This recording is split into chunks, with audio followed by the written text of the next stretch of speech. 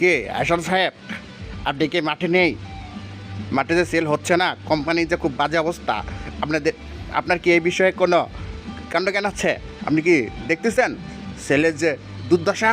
কি হাসান সাহেব, এই বিষয়ে আপনার বক্তব্য কি আমাকে খুলে বলেন, ঠিক আছে? আমি কোনো কথা শুনতে চাই না। এই মাসে আমি কোম্পানির ফুল গ্রোথ চাই, কোম্পানির আমি কোনো প্রকার লস দেখতে চাই না হাসান সাহেব, ঠিক আছে? জি জি স্যার, এই মাসে স্যার আপনাকে কোম্পানি একদম ফুল গ্রোথ দিব স্যার। আমি সেলস যারা আছে তাদেরকে স্যার প্যারা দিতেছি, একদম আগ দিয়ে পিস দিয়ে স্যার প্যারা দিবাম একদম স্যার। আপনার কোনো টেনশন করতে হবে না স্যার।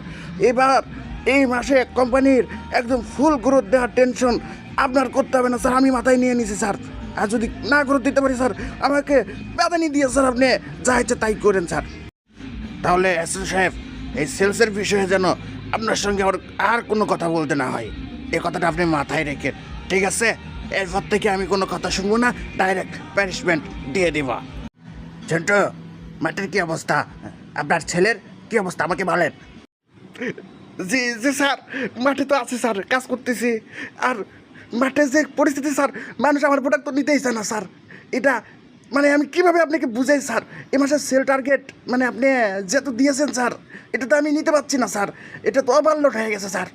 ঝন্টু সাহেব, আমি এত কিছু বুঝতে চাই না। আপনাকে সেল টার্গেট দিছি কত, না কি করছে, আমার প্রোডাক্ট চলে কি না। আপনি যেভাবে ইচ্ছা সেল করেন, আমার সেল চাই। এ মাসে যদি সেল টার্গেট না হয়, আপনি কোনো ইনসেন্টিভ পাবেন না, কোনো কিছু পাবেন না, টিএ পাবেন না, আমি কোনো কিছু জানি না, ঠিক আছে ঝন্টু সাহেব? এনি হাউ আমাকে টার্গেট করে দিতেই হবে। স্যার, এটা আপনি কী কথা বললেন স্যার? আপনারা প্রোডাক্ট দিচ্ছেন পুনপুন প্রোডাক্ট স্যার, এই পুনপুন প্রোডাক্টও স্যার নিতে চায় না মানুষ। ওই যে হুলুলুলুর প্রোডাক্টগুলো স্যার খুব নিতেছে স্যার, ওই হুলুলুলু কম দামে দিতেছে স্যার, আর আমাদের পুনপুন প্রোডাক্টগুলো স্যার মানুষ কিনতেই চাচ্ছে না স্যার। কীভাবে আমি সেল করি স্যার, আপনার কোন স্যার?